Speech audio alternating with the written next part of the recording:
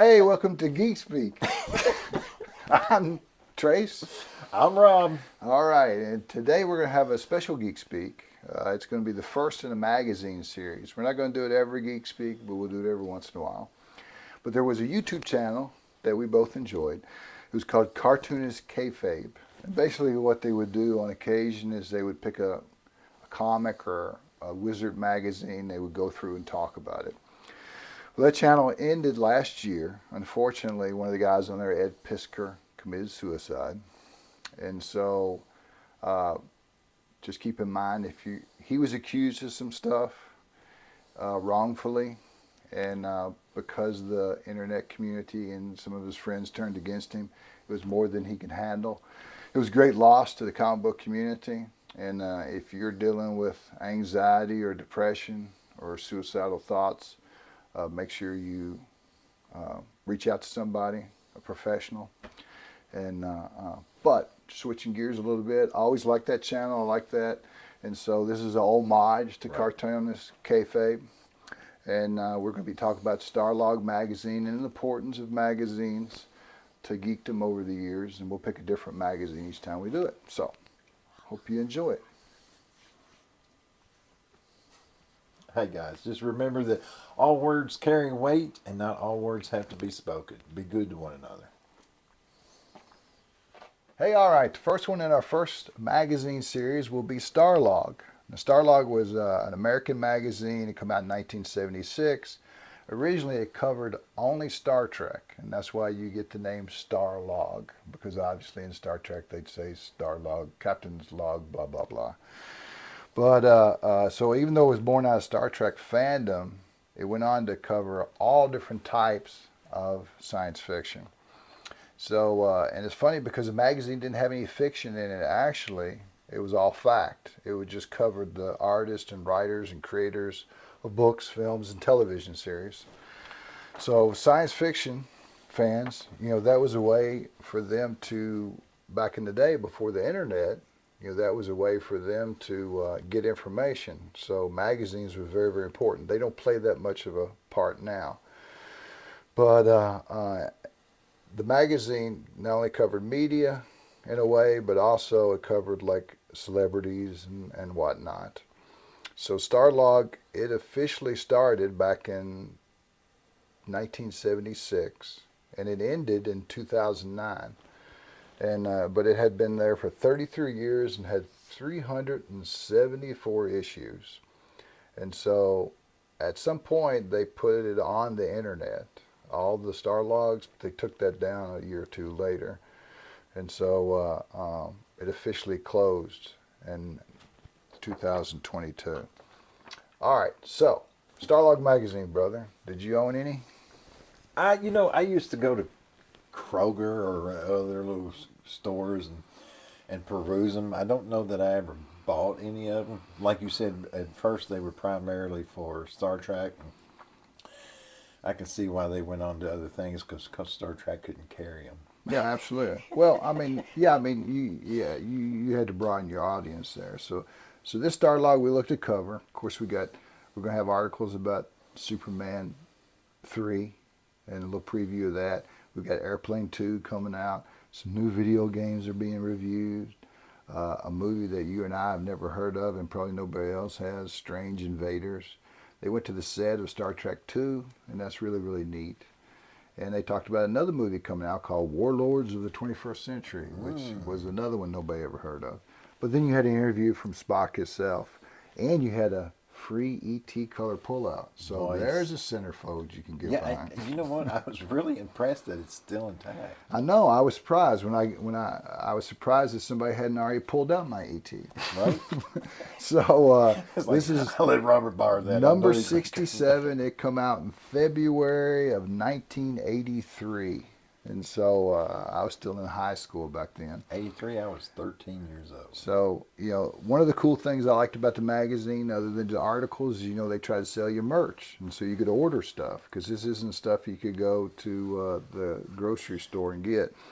So they had those ceramic mugs coming out with Wrath of Ain't Khan. that the same company that made your Obi-Wan Kenobi? No? It may be. What's the name of it? Rumpf. made my Obi-Wan Kenobi. What's the name of this one? It says you got to send it to Star Trek Souvenirs. It may have been made by the same company. It's got the same color. It's got the same coloring on it, yeah. But anyway, so it kind of gives you an idea of what's inside the book at the beginning. And of course, we have 1982 is talking about what a wonderful year that was for sci-fi and science fiction in the 80s.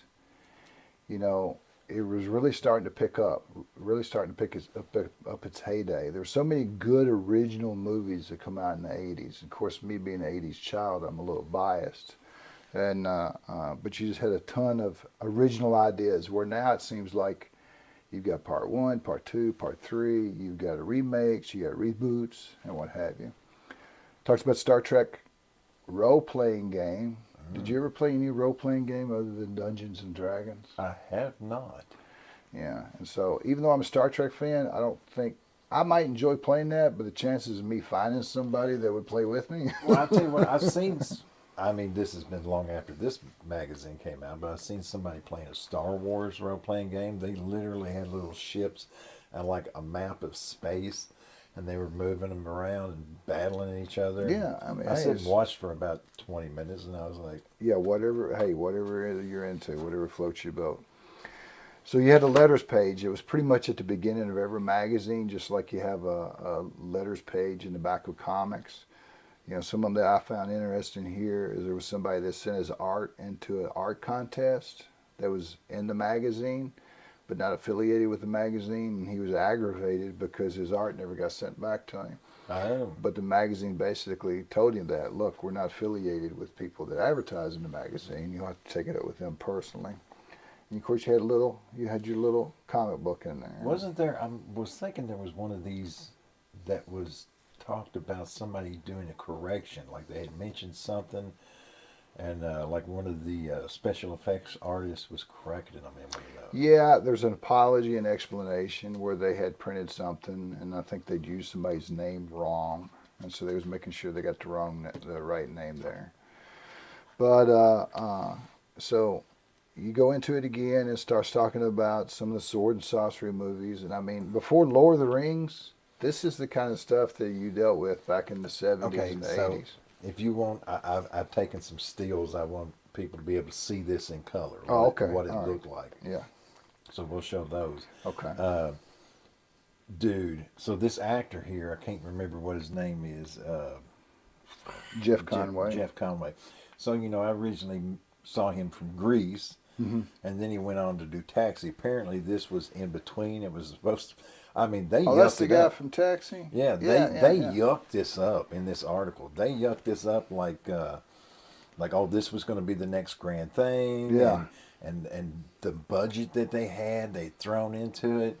And to look at the pictures, you're like, okay, I don't think they spent that money properly. Yeah, I mean, when you look at some of the costumes and some of the music, and you know, it's just they were doing the best they could. It was with like the a budget sword and at the sorcerer time. thing, or like a medieval sword and sorcerer in the future. It was like after, it was supposed to be like after an apocalyptic kind of thing. I don't know. It blows my mind that most of those Taxi actors are alive in 2025. Now, unfortunately, he's not. He actually died of a drug overdose. And so let's see what we got on the next page. We've got some information about E.T., which is super popular back then. Michael Jackson meets E.T. Wait. This is about the video game. Oh, yeah. This is yucking up. See, this is what gets me about these magazines. They're talking about, oh, how grand it is. Yeah. And again, I've got some stills I'll show you. Bro, that game did so poorly that they literally dug holes out in the desert and buried it into the ground so nobody could find them. Yeah, that was one of those old 8-bit games. Yes, but it was like the worst one. And the thing was it was like, to read this article and to hear them talk about how grand it is. Yeah. And then to be in the future and know that, you know, this is all BS. Yes. Because it was like one of the worst games ever. They couldn't sell it. Can you get more 80s than Michael Jackson being hugged by E.T.? No. So they got Leonard Nimoy. You know, he started directing right about Star Trek II and Star Trek III, and so and he is a really good director. And there's some of the better Star Trek movies, and so he got credit for that. Look at that awesome T-shirt you can get. Fantasy Slam. Yeah, now somebody would just make that. So we're going to get into Tron later, but it's got an article about Tron. Now, I never was a Tron guy. I'm an 80s movies guy, but I couldn't get into Tron. No, but it's got one of your favorite guys in there. Jeff Bridges. Yeah. I'm a big Jeff Bridges fan, but I'm like you. I could not get into Tron. I just could not wrap my head. It's not that I couldn't wrap my head around it. I just didn't think that the whole premise was there for me. Yeah, they've got an article here about Forrest Ackerman, who he was an editor of a magazine called Famous Monsters of Filmland, and he had so much memorabilia, and he was getting ready to pass away, that he donated it to a museum, and that's pretty awesome. You know, I often think about a lot of the collectibles that I have, and really my kids or grandkids aren't into that, other than what the monetary worth might be. But you know, you kind of want that stuff to go to somebody that's going to appreciate it. So that's kind of cool that he donated it to a museum. Let's see, what else we got? Let's see, we got The Man from U.N.C.L.E., article about that.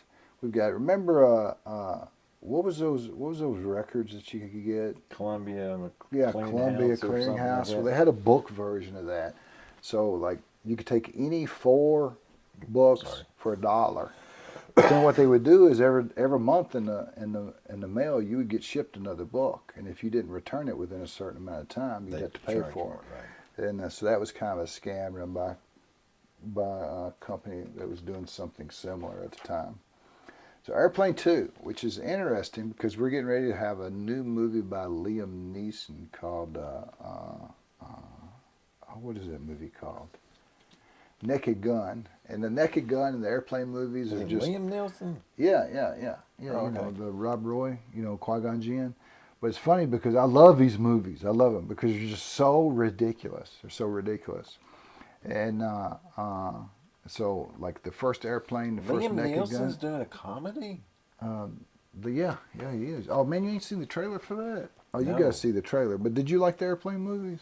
Yeah, no, they were good for what they were. I mean, you knew they were just slapstick and kind of... Yeah, I love them. Man, that makes me, just seeing that article makes me want to go back and watch them now. Okay, now we're going to talk about these are the games that me and Rob grew up with. Yeah. And so when we say we appreciate graphics, now you understand why. Yeah. I mean, stuff like Space Invaders and Pac-Man and Donkey Kong. I mean, look at the effort they put into those trees. And that was, yeah, I mean, that we would play that and be like, this is the best thing we've ever seen in our life. Look at that Donkey Kong move, Yeah, man. right. So they're talking about some of the consoles and stuff you can get. And check out these consoles. So you remember our first one? In television. Yeah, in right? television. That was it. And I mean, we were so happy to get that. When Dad got that for us, we plugged it up to the TV, and we were playing video games at home. We were 2 little happy geeky boys. Dude, okay, so we did a video on it. If y'all want to see the in television game system, y'all need to go back and look at that. The graphics on that was crazy, just basic. But it was the sound. It was what got me was the audio. It wasn't the graphics, but when you started hearing that, you knew that somewhere around in there you was getting ready to come across a snake or something. Yeah, that was one of the Dungeons and Dragons when we had Pitfall, and I think we had a Mike Tyson one. And so now they're talking about Star Trek II and where they kill Spock. And so the rumor had got out before Star Trek II even come out that they were going to kill Spock. People started going crazy.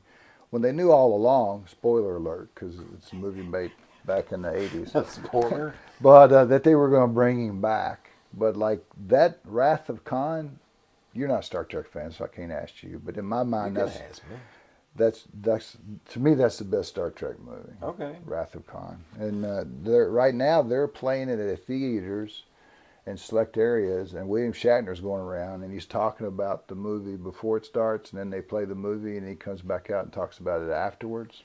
There's only one thing negative I would say about Wrath of Khan. It What's was a that? good movie. Yeah. It was a good movie. I thought it was cool that they brought Khan back because he'd been in this TV Yeah, series. oh yeah, Space Seed. Was Chekhov when they were getting ready to put that worm and stuff in his ear. Yes. You know, he was recalling when Khan was first in the television series. You know, but the thing is at that time Chekhov wasn't on the show. Right. So how was they having him recall Yes. meeting Khan if Yes, he'd because never Khan really met actually Khan? said, "I remember you." Whenever he Right, or picked something him like up, that. yeah, Yeah. yeah, yeah. That was a faux pas. And Robert loved Star Trek all the way up to that moment, and then he Yeah, yeah, stopped. that's it. They just blew it for me. Right. But more Star Trek information. See, that's he's my favorite character, and maybe that's because I grew Bones. up to be just like it. Yeah, well, I like him. Damn it, He's an Jim. old country doctor, and he's kind of grumpy and stuff. And of I'm a course, doctor, not a carpenter. yeah, yeah. Okay, let's see what else we got. That's another thing. Flip back real quick.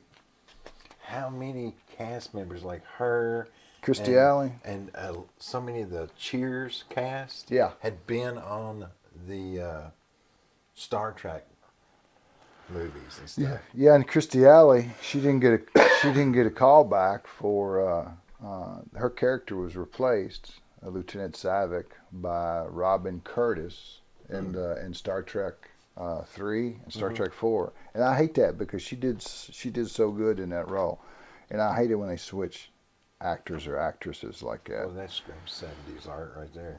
And let's see. This is a stupid article. I have no idea what that is.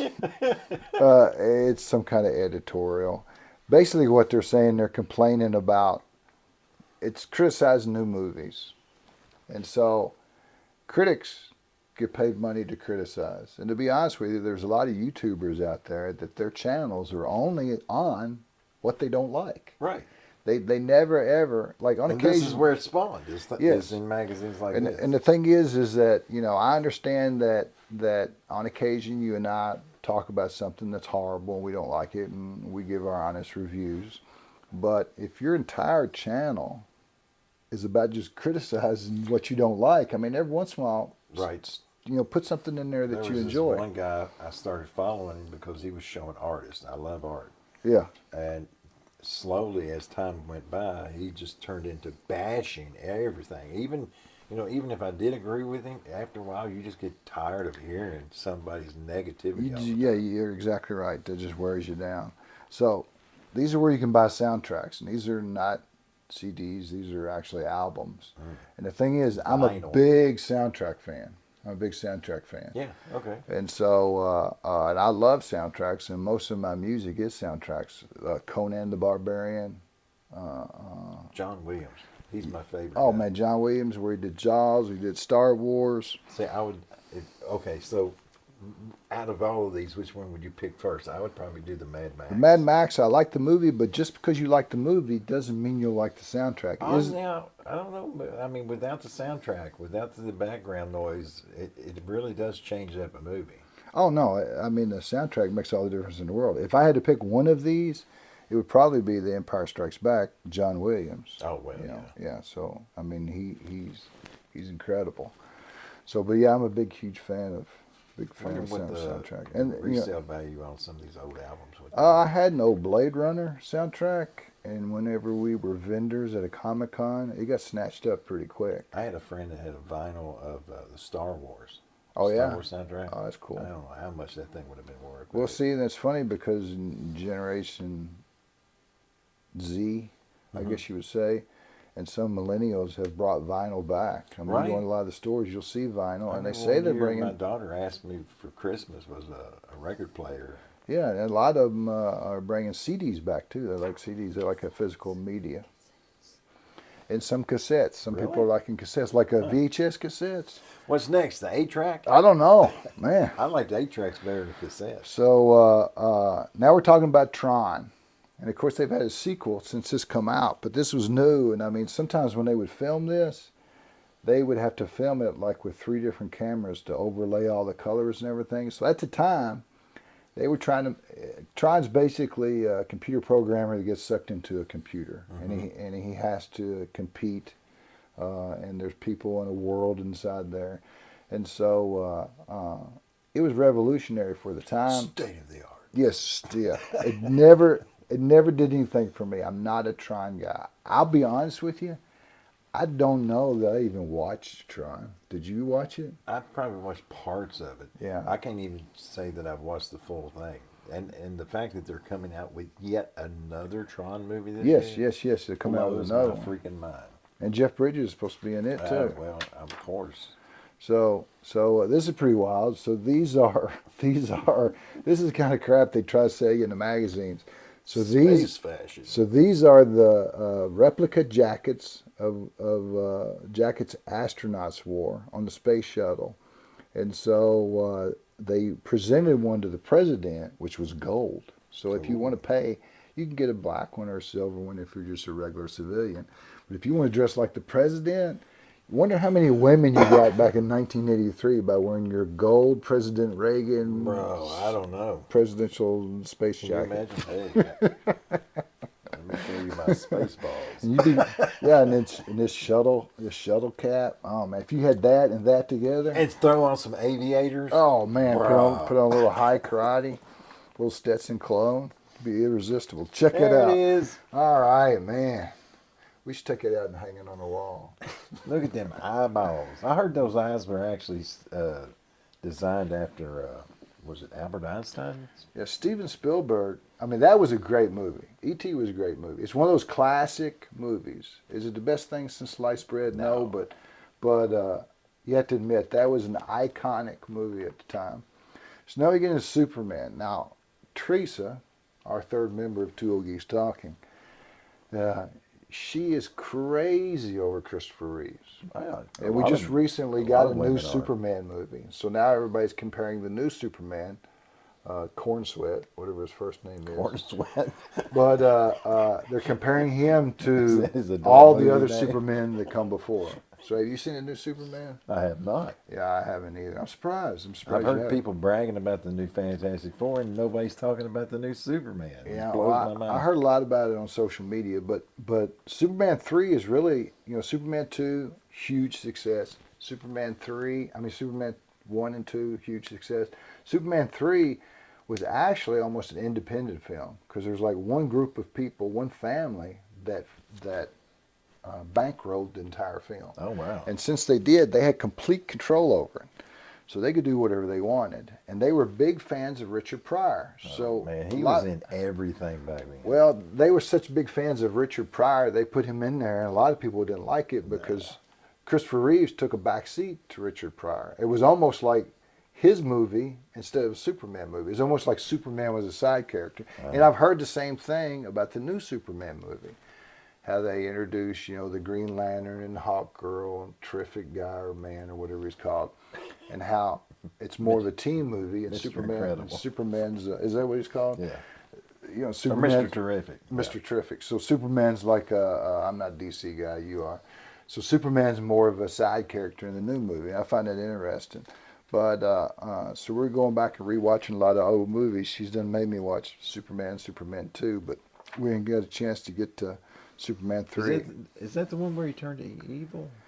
I fought his evil self. I can't remember if it was that one or the next one. I know they got rid of Lois Lane and they brought in Lana Lang, and Superman. He's How just dare they? he's just drawn to girls with LL as their initials, You're I right. guess. But and of course, anytime they come out with a new movie, in the comic books, they always make that character look like the character from the movie. So that Superman don't- started looking like Christopher Reeves don't right look about nothing this like time. Christopher I think it does. I think it's got don't. the same chin and eyes and everything, but Man. it's just like Batman. Batman was always a slim, athletic guy, but as soon as Ben Affleck started doing him, now if you see Batman, he's thick. No. Now, The Dark Knight came out long before Ben Affleck. They made Ben Affleck resemble the comic book character. Oh, so they Come on actually now. breeded. They actually breeded a man and woman just to make a child. No, they threw The a lot of Afflecks. padding on it to make him Yeah, look like to make it look like. Well, he looks like he'd have a hard time bending over and tying his he shoe. probably would have. Oh, let's see. I don't know what the heck it is. Oh, I know it's a fan directory. Okay, so this couple right here, Harry and Sally. Maureen Hopkins. Back in the day, fan magazines was the only way you could keep up on stuff. There was no internet, And fans now, they can email back and forth, go to a fan site. There's all kinds of social media. You got Twitter, you got Facebook, you got Instagram. So it's easy to connect with people that enjoy whatever fandom you're into. But back in the day, these two people, they would go to Comic Cons and they would make a fandom directory. So if you were into Star Trek, they would have a list of people that had stopped by their booth and told them they were into Star Trek, and they would actually give you the names and addresses of those people. That way you could kind of write back and forth and correspond. Yeah, so Yeah, that wouldn't be good nowadays. well, I mean, they do it now on the internet, but back in the day, it was done by mailing letters, and I just found that real interesting. But that's your home address. And what I'm saying is, they wouldn't release it unless you give them permission. But Well, like back in the day, still. we're raised way out in the country, you and me and our little brother Matthew. And I mean, you come in contact with people at school, but during the summer, you didn't have anybody that you could reach out to. So it's just a way to connect fans. And so I thought that was kind of neat. And it was done through magazines. It was done through letter writing programs and stuff like that. So this is a movie called Strange Invaders. And they're on set, they're talking to the actors, talking to the producers. I had no idea anything about this movie. And I would say because Space Invaders was popular, that somebody thought it would be a good idea to try to capitalize on that. And so they called it Strange Invaders. But ultimately, that's one of those movies you go to Blockbuster, and it's sitting over in the corner, and it went direct to video, and you're just like, what the heck? Right. And I've watched some really crappy movies over the years. So let's see what else we got. Of course, we got where you can order back issues of Starlog, because that was a big deal. And sometimes I'd pick up a magazine, and it had several issues out, and I'd go back and look at the old issues, and I would order some of the...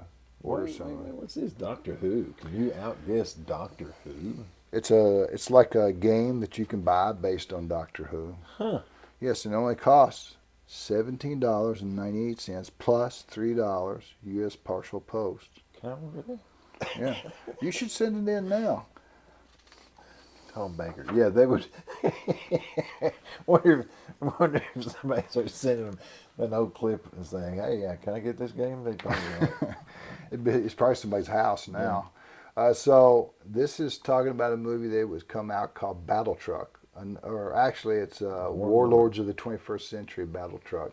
And what happens is you get a movie like Mad Max. Right. It's real popular.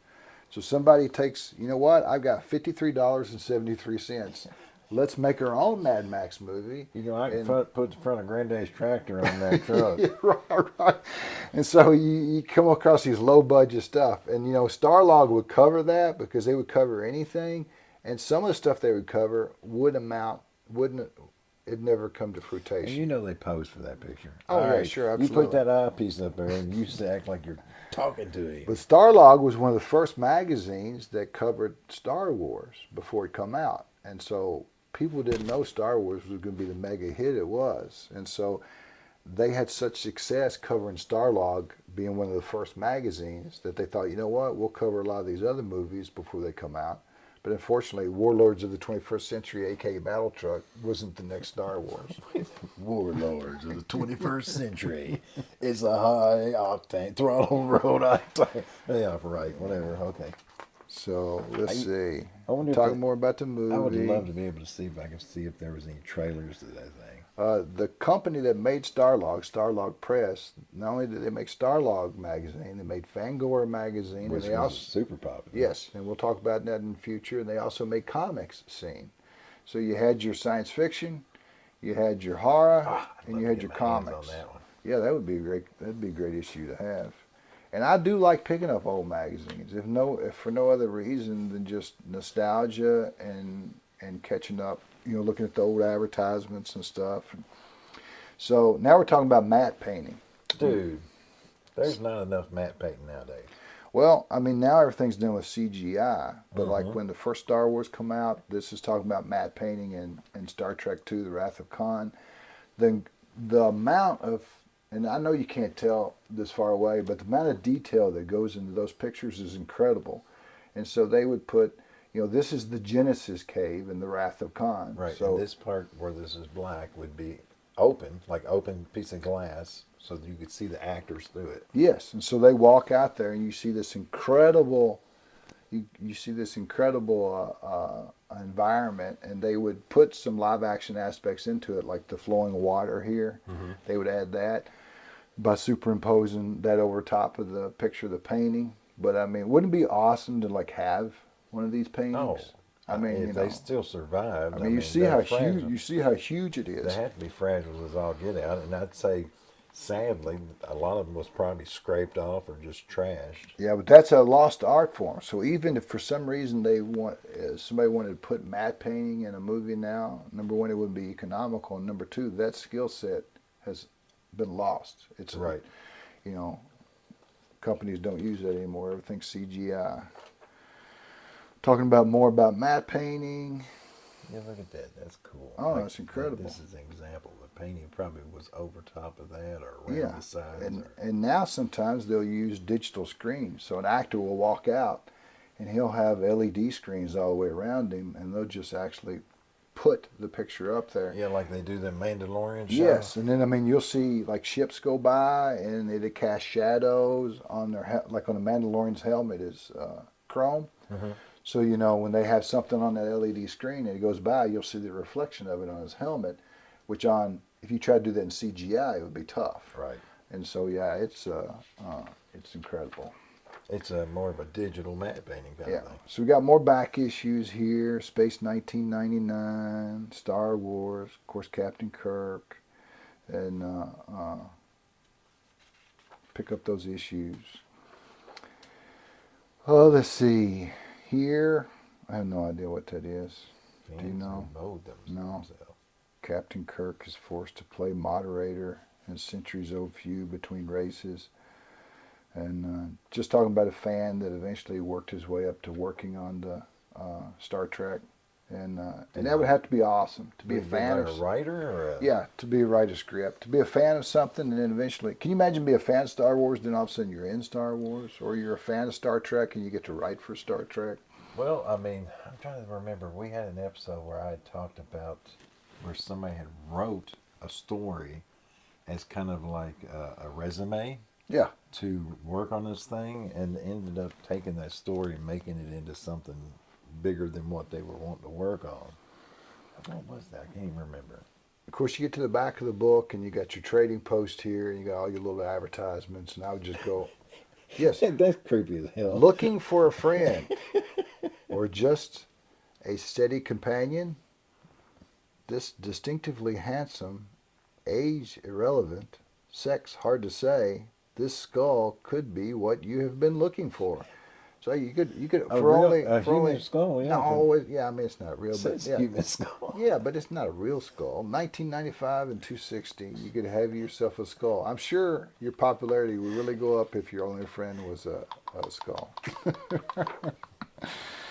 And let's see, we've got Kodak Animation Guide. We got Battlestar Galactica Iron-Ons. We got an official Superman book. The Hinderbrandt Brothers. I'm a big fan of the Hinderbrandt Brothers. Okay. And Who were they? they were artists. They did a whole lot of drawings, like in Dungeons and Dragons back in the day. A lot of fantasy art. You could order a Star Trek blooper reel. Those were real popular at Comic-Con. It's crazy to think, that wasn't something you could pull up online. Yeah. Back then, if you wanted to see it, you had to freaking order it. Yeah. Doctor Who merchandise, Star Trek merchandise, people selling movie posters, different clubs and organizations you can move, people selling movies and tapes, which, I mean, eBay has done away with all this now, but back in the day, this is how you done it. Talks about their sister magazine Comic Scene and what was coming in there, their sister magazine Fangora and what was coming in there.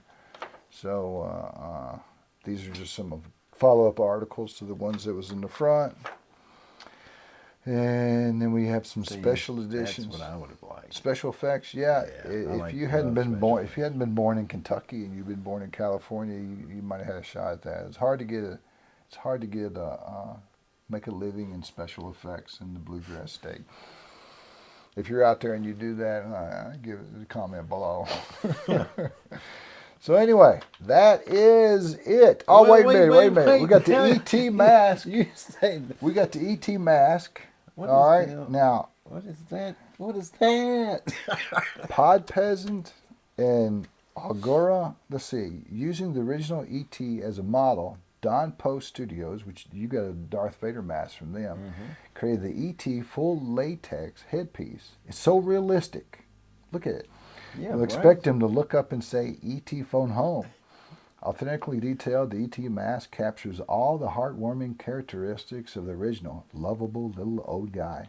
E.T. photo. This is not just another throwaway Halloween novelty, but a beautifully handcrafted item, the finest available for costuming, collecting, and displaying.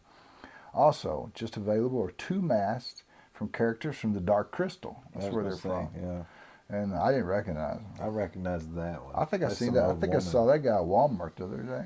Yeah. I think I gave him a few bucks. All right. Well, appreciate you watching. If you'd like to hear 2 old geeks talking, please like and subscribe and hit that notification bell. And we'll do another one, different magazines sometime in the future. We won't do it every Geek Speak, but we'll do one sometime in the future. And stay geeky, my friends. Later.